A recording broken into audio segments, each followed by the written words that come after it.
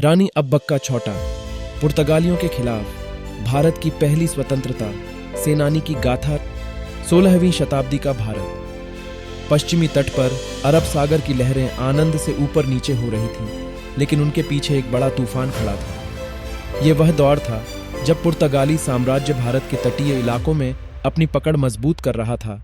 उनकी नज़र थी पूरे तटीय व्यापार पर अधिकार जमाने की। लेकिन उधर कर्नाटक के दक्षिण कन्नड़ जिले में स्थित उल्लाली नाम का एक छोटा सा राज्य उनके सपनों के आड़े आ रहा था। उल्लाल पर शासन कर रही थी रानी अब्बक्का छोटा, जो छोटा राजवंश से थी। इस क्षेत्र में महिलाएं केवल परिवार की मुखिया ही नहीं थी, बल्कि सत्ता और प्रशासन का नेतृत्व भी करती थी। बचपन से ही उनकी शिक्षा में तलवारबाजी, घुड़सवारी और युद्ध कौशल शामिल थे।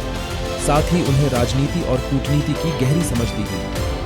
रानी अब्बक्का ने जैसे ही सत्ता संभाली, उन्हें एहसास हुआ कि पुर्तगाली साम्राज्य उनका सबसे बड़ा दुश्मन है। पुर्तगालियों का लक्ष्य उल्लाल जैसे महत्वपूर्ण व्यापारिक बंदरगाह पर कब्जा करना था। रानी ने निडरता से इनकार कर दिया और घोषणा की कि वह मरते दम तक अपने राज्य की रक्षा करेंगे। गुस्साए पुर्तगालियों ने सन 1568 में उल्लाल पर पहला बड़ा हमला किया, लेकिन रानी अब्बक्का की सेना ने गुरिल्ला युद्ध रणनीति अपनाई।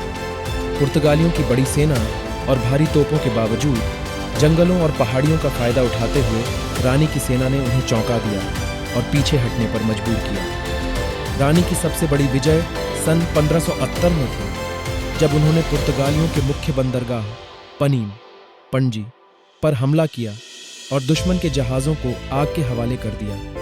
यह पुर्तगाली इतिहास में एक बड़ी हार मानी जाती है, लेकिन बाद में गद्दारी के कारण पुर्तगालियों ने रानी को बंदी बना लिया। कहते हैं कि कैद में भी रानी ने हार नहीं मानी और अपनी आखिरी सांस तक संघर्ष किया। उनकी मृत्यु के बाद भी उनकी कहानियां लोक कथाओं और कविताओं के माध्यम से जीवित रहीं। आज रानी अब्बक्का को भारत की पहली स्वतंत्रता सेनानी माना जाता है। उनका नाम कर्नाटक के इतिहास में स्वर्ण अक्षरों में लिखा गया है और उनका जीवन हम सभी के लिए प्रेरणा स्रोत है।